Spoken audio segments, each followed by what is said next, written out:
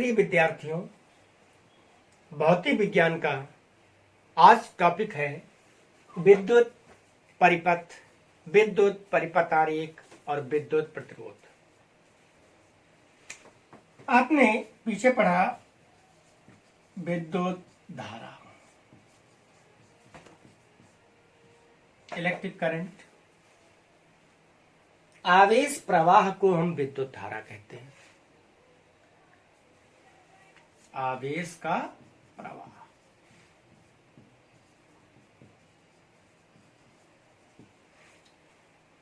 इस आवेश प्रवाह का मापन आवेश प्रवाह की दर से किया जाता है।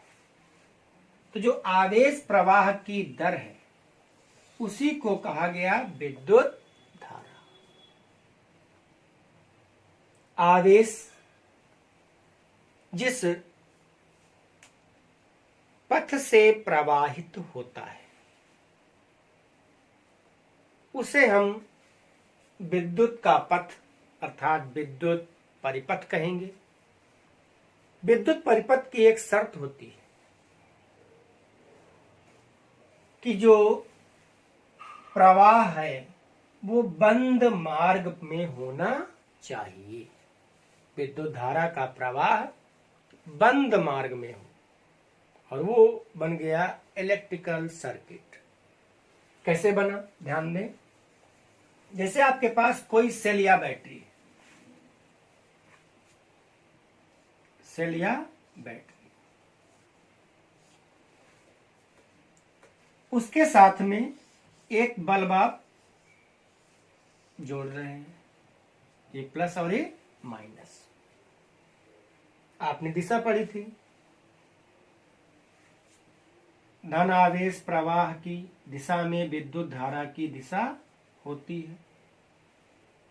तो इस सेल या बैटरी से विद्युत धारा का प्रवाह इस परिपथ में हो रहा है और ये परिपथ बंद है। अगर इसको ब्रेक कर दिया जाए, तोड़ दिया जाए, तो विद्युत धारा का प्रवाह रुक जाता है। तो जो पथ होना चाहिए वो बंद मार्ग के रूप में होना चाहिए। इसी को हम कहते हैं विद्युत धारा प्रवाह के बंद मार्ग को विद्युत परिपथ कहते हैं। विद्युत परिपथ में विभिन्न विद्युत अवयव लगाए जाते हैं। जैसे लगा दिया या बैटरी लगा दी, अमीटर लगा दिया, बल्ब लगा दिया, स्विच लगाया, और जो ये तार प्रयोग किया गया, इन सभी को सम्मिलित रूप से विद्युत परिपथ के अंदर माना गया है।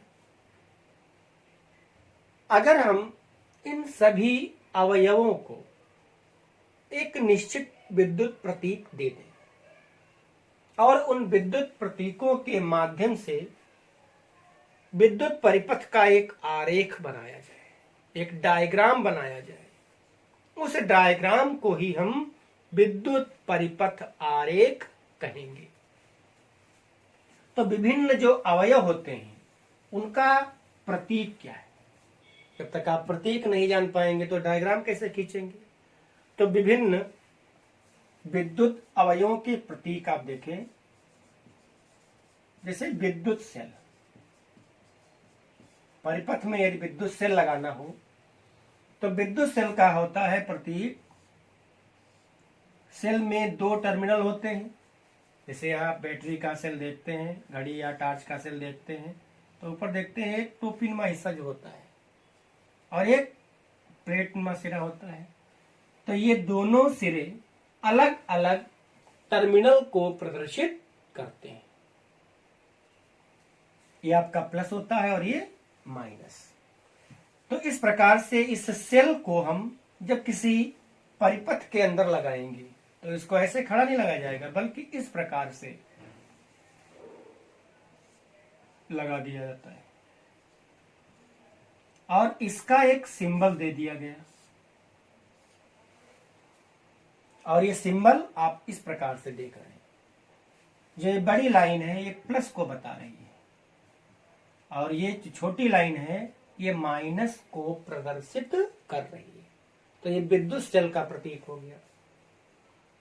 अगर कई सेल आपस में लगाए जा रहे हैं, जैसे कि एक सेल जोड़ दिया, ये दूसरा सेल जोड़ दिया, ये आपने मान लो तीसरा सेल परिपथ में लगा दिया, ये प्लस और ये माइनस, इसके माइनस से इसका प्लस, इसके माइनस से इस तीसरे सेल का प्लस और इधर माइनस।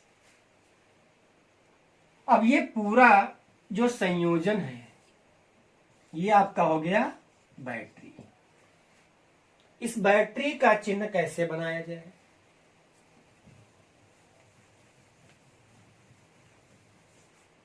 विद्युत बैटरी।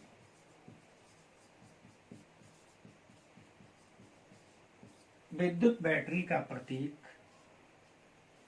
इस प्रकार से कई सेल आपस में आपने जोड़ दिए और ये सेलों का जो संयोजन है ये बन गया विद्युत बैटरी। अगला देखें, विद्युत बल्ब। विद्युत बल्ब का ये प्रतीक होता है, या फिर इस प्रकार भी आप बना सकते हैं। ये आपने विद्युत सेल बना दिया,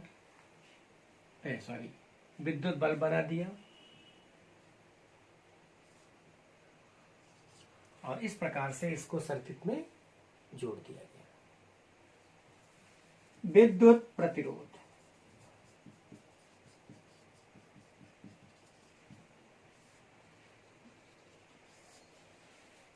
ये जो सिंबल है ये विद्युत प्रतिरोध को प्रदर्शित करता है। विभिन्न उपकरणों को चलाने और बंद करने के लिए, या फिर यूं कह लें कि परिपथ में प्रवाहित धारा को रोकने और चालू करने के लिए स्विच का प्रयोग किया जाता है।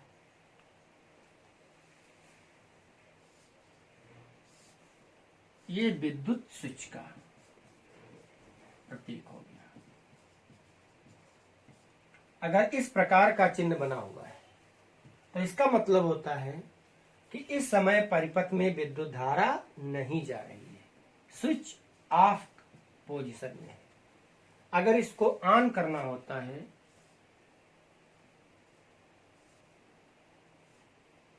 इस प्रकार से नीचे की ओर एक तीर लगा दिया, इसका मतलब है धातु की पत्ती इस पॉइंट से जाकर के मिल गई और विद्युत धारा परिपथ में प्रवाहित होना प्रारंभ हो गई। इसको ऑन पोजीशन और इसको ऑफ पोजीशन में आप कहेंगे। जो स्विच है अगर इनको प्लग कुंजी के रूप में बताया जाए तो उसका प्रतीक कुछ अलग हो जाता है। प्लग कुंजी,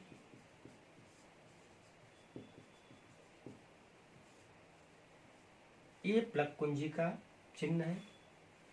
इस सिंबल की एक विशेषता ये है कि इस सिंबल का मतलब हो गया कि प्लग कुंजी खुली है।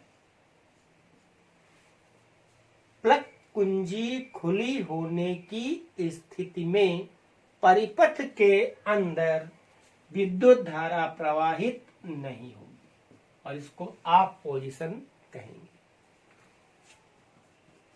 प्लग कुंजी बंद।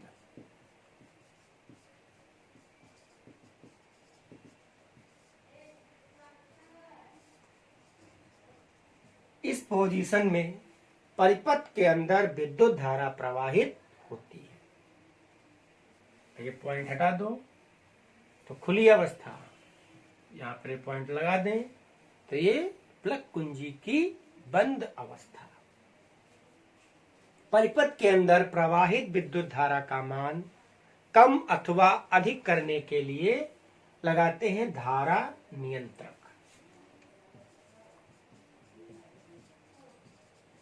रिहोस्टेट। धारा नियंत्रक का सिंबल इस प्रकार से होता है, या फिर इसको हम इस प्रतीक के द्वारा भी प्रदर्शित कर सकते हैं। कुछ और भी प्रतीक चिन्ह हैं, जैसे अमीटर। इस उपकरण के द्वारा परिपथ में प्रवाहित विद्युत धारा का मापन किया जाता है। अमीटर को परिपथ में श्रेणी क्रम में जोड़ा जाता है। अमीटर में दो टर्मिनल होते हैं, एक प्लस टर्मिनल और एक माइनस टर्मिनल। इसका जो प्रतीक है इस प्रकार से होगा, ये अमीटर, इसका ये प्लस टर्मिनल और ये माइनस। अमीटर का जो प्लस टर्मिनल है वो बैटरी के प्लस से जोड़ा जाएगा और माइनस टर्मिनल बैटरी के माइनस से जोड़ा जाएगा, और इसके द्वारा हम मापन करेंगे विद्युत धारा का। Volt meter. वोल्ट मीटर से किसी चालक के सिरों का विभवांतर नापा जाता है। विभवांतर का मापन करेंगे वोल्ट मीटर से, और वोल्ट मीटर को हम परिपथ के साथ समांतर क्रम में जोड़ेंगे। इसका प्रतीक चिन्ह इस प्रकार से वोल्ट मीटर का सिंबल हो गया।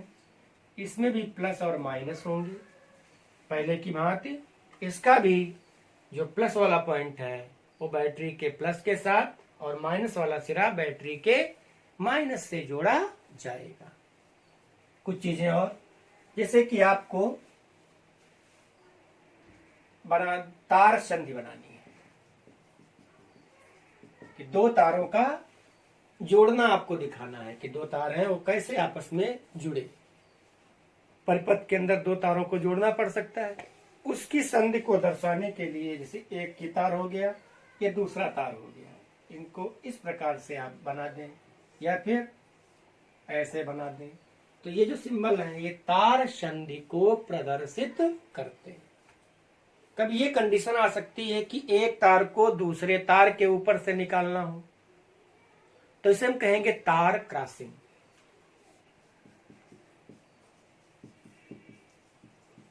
जो तार क्रॉसिंग होती है इस प्रकार से, ये चालक तार हो गया, इस चालक तार से दूसरा चालक तार ऊपर से गुजरता है, तो इस प्रकार का जो सिंबल बनाएंगे ये तार क्रॉसिंग को बताएगा। तो इन विभिन्न विद्युत अवयवों के चिन्हों को जब विद्युत परिपथ में प्रदर्शित किया जाता है तो विद्युत परिपथ का जो आरेख तैयार होगा, डायग्राम तैयार होगा, उसी को हम इलेक्ट्रिकल सर्किट डायग्राम अर्थात विद्युत परिपथ आरेख कहेंगे। अब प्रतीकों से कैसे बना विद्युत परिपथ आरेख, इसको जरा ध्यान दें।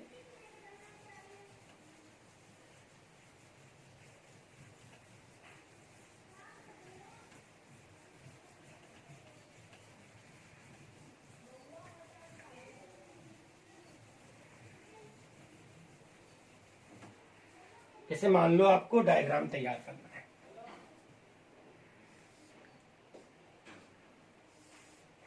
ये सेल है, अगर परिपथ में लगानी है बैटरी, सेलों की संख्या बढ़ा दीजिए, ये आपका हो गया बैटरी का प्लस और ये बैटरी का माइनस। परिपथ के साथ लगानी हो कोई प्लग कुंजी, ये प्लग कुंजी लगा दी। परिपथ में प्रवाहित विद्युत धारा का मापन करना हो, इसके लिए लगा दिया गया ये अमीटर।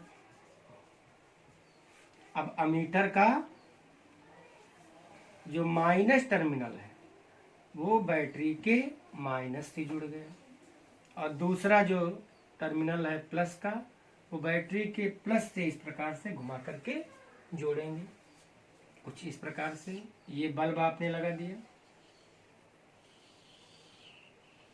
और ये आपका सर्किट डायग्राम पूरा हो।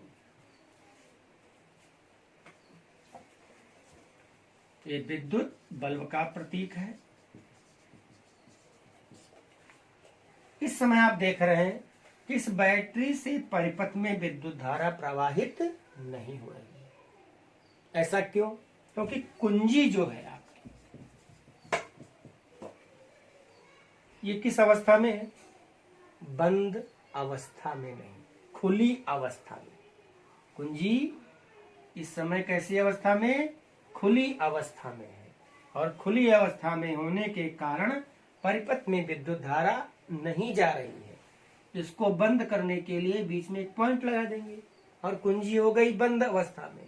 और इस समय से कहेंगे ये ऑन पोजीशन है और परिपथ के अंदर विद्युत धारा प्रवाहित होना प्रारंभ हो जाएगी। जो चिन्ह अभी तीर के लगाए गए ये विद्युत धारा प्रवाह को प्रदर्शित कर रहे हैं, क्योंकि विद्युत धारा का जो प्रवाह होता है वो हमेशा धन आवेश प्रवाह की दिशा में होता है। मान लिया चालक तार के दो सिरों का विभवांतर ज्ञात करना हो, तो आपने अभी देखा था विभवांतर ज्ञात करने के लिए वोल्ट मीटर का प्रयोग करते हैं और वोल्ट मीटर को परिपथ के साथ समांतर क्रम में जोड़ा जाता है। जैसे मान लो ये 2 पॉइंट थे परिपथ के, इनके बीच ज्ञात करना है आपको विभवांतर, तो आप जोड़ेंगे वोल्ट मीटर। ये मैंने जोड़ दिया वोल्ट मीटर। वोल्ट मीटर का प्लस सिरा बैटरी के प्लस से जुड़ा है और वोल्ट मीटर का माइनस बैटरी के माइनस से जुड़ा है। और जो ये आपका पूरा डायग्राम तैयार हुआ, जो पूरा आरेख तैयार हुआ, इस आरेख को ही कहा गया विद्युत परिपथ आरेख। इसके बाद हम पढ़ेंगे विद्युत प्रतिरोध।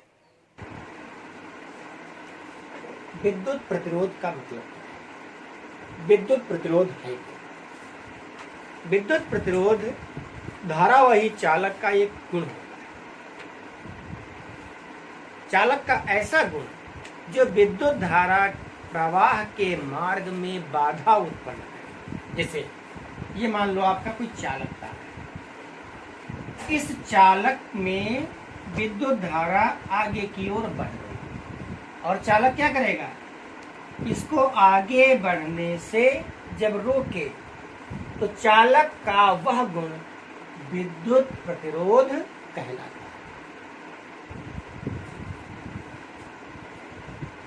चालक के विद्युत प्रतिरोध को हम कैपिटल आर से व्यक्त करते हैं। ये प्रतिरोध को व्यक्त करने का सिंबल है।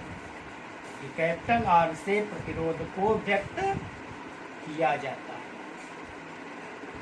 यदि आपके पास चालक कोई है, चालक के सिरों का विभवांतर या चालक के सिरों पर आरोपित विभवांतर V वोल्ट है। चालक में प्रवाहित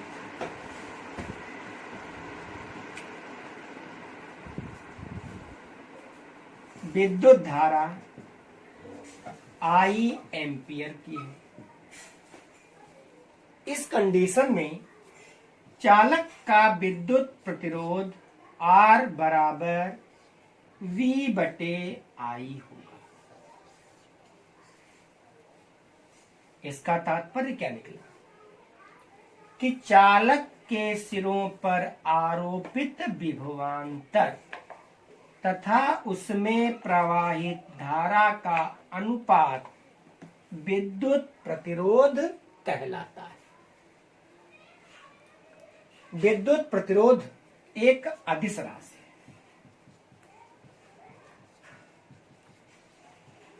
विद्युत प्रतिरोध का अब मात्रक बनाया जाए।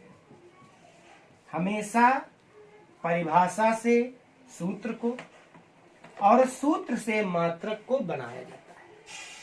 मात्रक के लिए इस सिंबल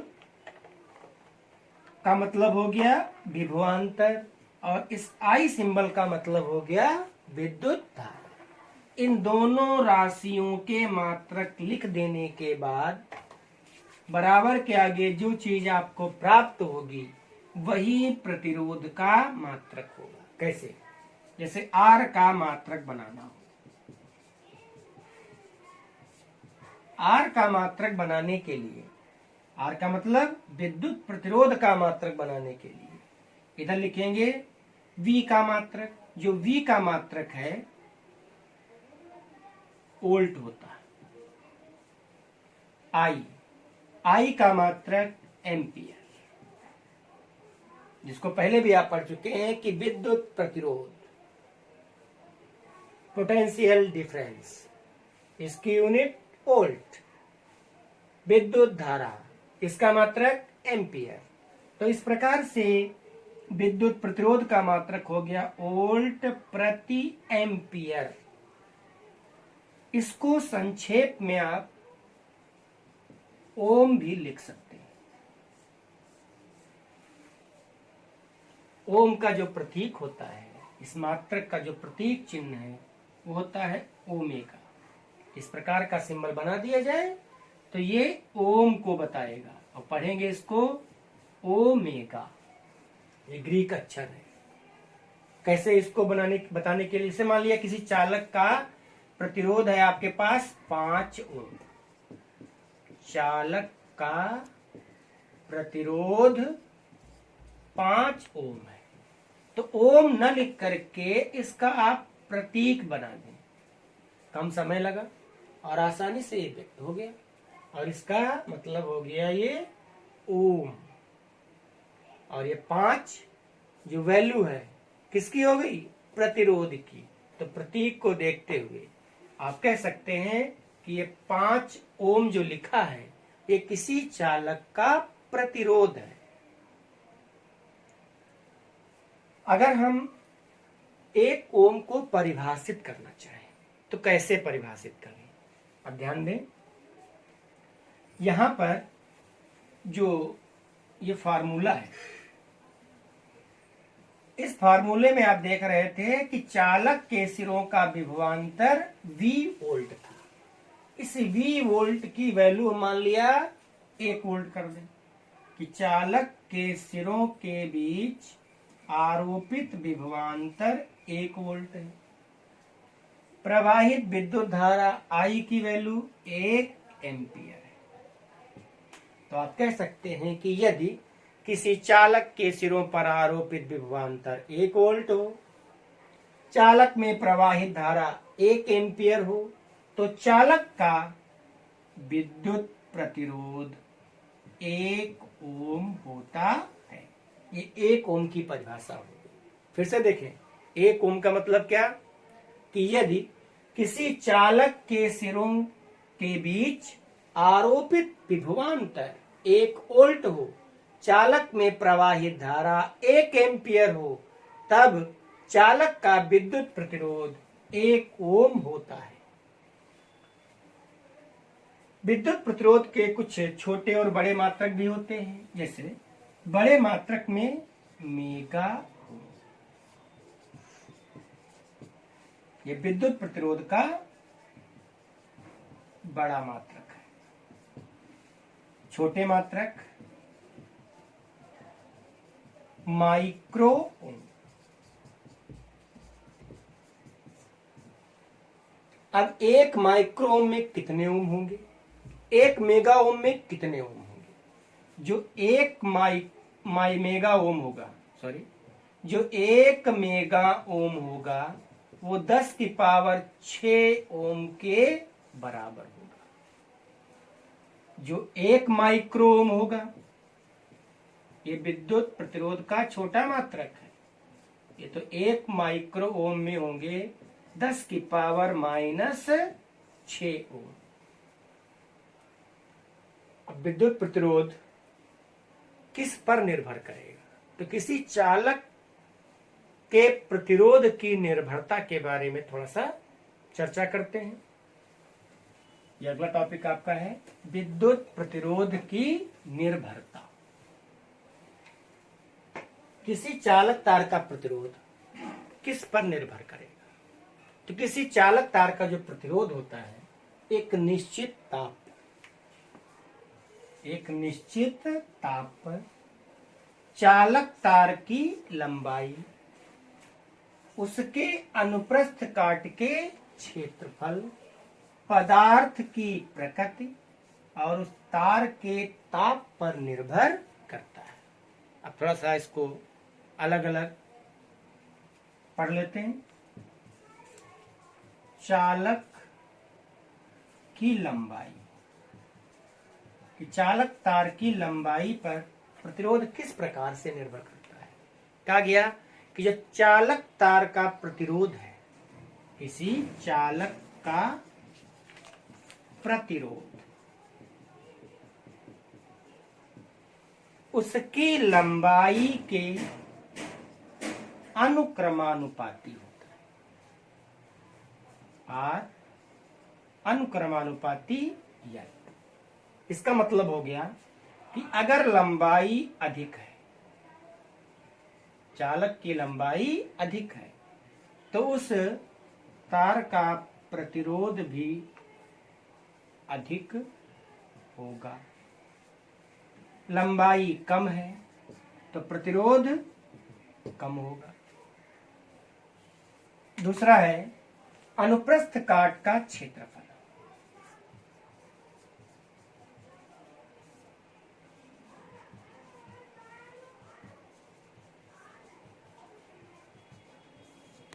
इस क्षेत्रफल को मान लो ए मैंने लिख दिया। तो तार को इस प्रकार से आप काट दें, काटने के बाद जो ये सेक्शन प्राप्त होगा, एरिया प्राप्त होगा, इसको ही हम कहेंगे चालक तार के अनुप्रस्थ काट का क्षेत्रफल।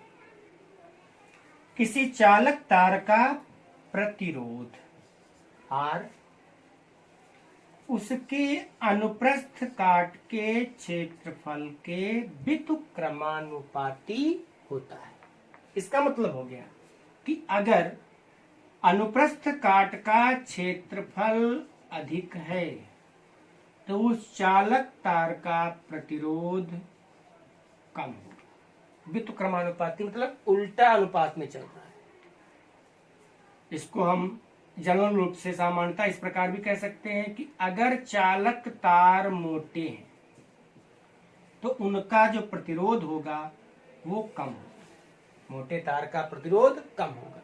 अगर तार पतला है, इसका मतलब हो गया उसके अनुप्रस्थ काट का जो क्षेत्रफल है वो कम है, तो वो तार पतला कहा गया। और पतले तारों का जो प्रतिरोध होगा वो अधिक होगा। हम आगे बढ़ते हैं। पदार्थ की प्रकृति। जो पदार्थ की प्रकृति है उसको कैसे समझा जाए। जैसे मान लिया आपके पास दो चालक तार है और इन दोनों चालक तारों की लंबाई समान है। अनुप्रस्थ काट का जो क्षेत्रफल ए है वो भी समान। दो चालक तार, उनकी लंबाइयां समान, उनकी मोटाइयां समान, लेकिन दोनों चालक तार अलग अलग पदार्थों के बने हैं। जैसे मान लो एक बना है चांदी का और एक बना है तांबे का, तो इनका प्रतिरोध नहीं समान होगा। लंबाई समान, अनुप्रस्थ काट का क्षेत्रफल समान, परंतु इनका प्रतिरोध समान नहीं होगा क्योंकि दोनों तार अलग अलग पदार्थ के बने हैं। तो कहा गया किसी चालक तार का प्रतिरोध पदार्थ की प्रकृति पर निर्भर करता है कि चालक तार किस पदार्थ का बना है, इस पर उसका प्रतिरोध निर्भर करेगा। फोर्थ पॉइंट आपका है ताप। ताप पर प्रतिरोध किस प्रकार से निर्भर करेगा कि अगर चालक का ताप बढ़ा दिया जाए तो उसका प्रतिरोध भी बढ़ जाता है, ताप को कम कर दिया जाए तो उसका प्रतिरोध भी कम हो जाता है। तो इस प्रकार से आपने आज पढ़ा विद्युत प्रतिरोध और विद्युत प्रतिरोध की निर्भरता, या विद्युत प्रतिरोध कैसे निर्भर करेगा किन किन चीजों पर। इसके साथ आपने पढ़ा इसमें विद्युत परिपथ, विद्युत परिपथ आरेख। अब अगले टॉपिक में आप पढ़ेंगे विद्युत प्रतिरोध से ही लगा हुआ। अगला टॉपिक विशिष्ट प्रतिरोध, ओम का नियम और ओम के नियम का सत्यापन।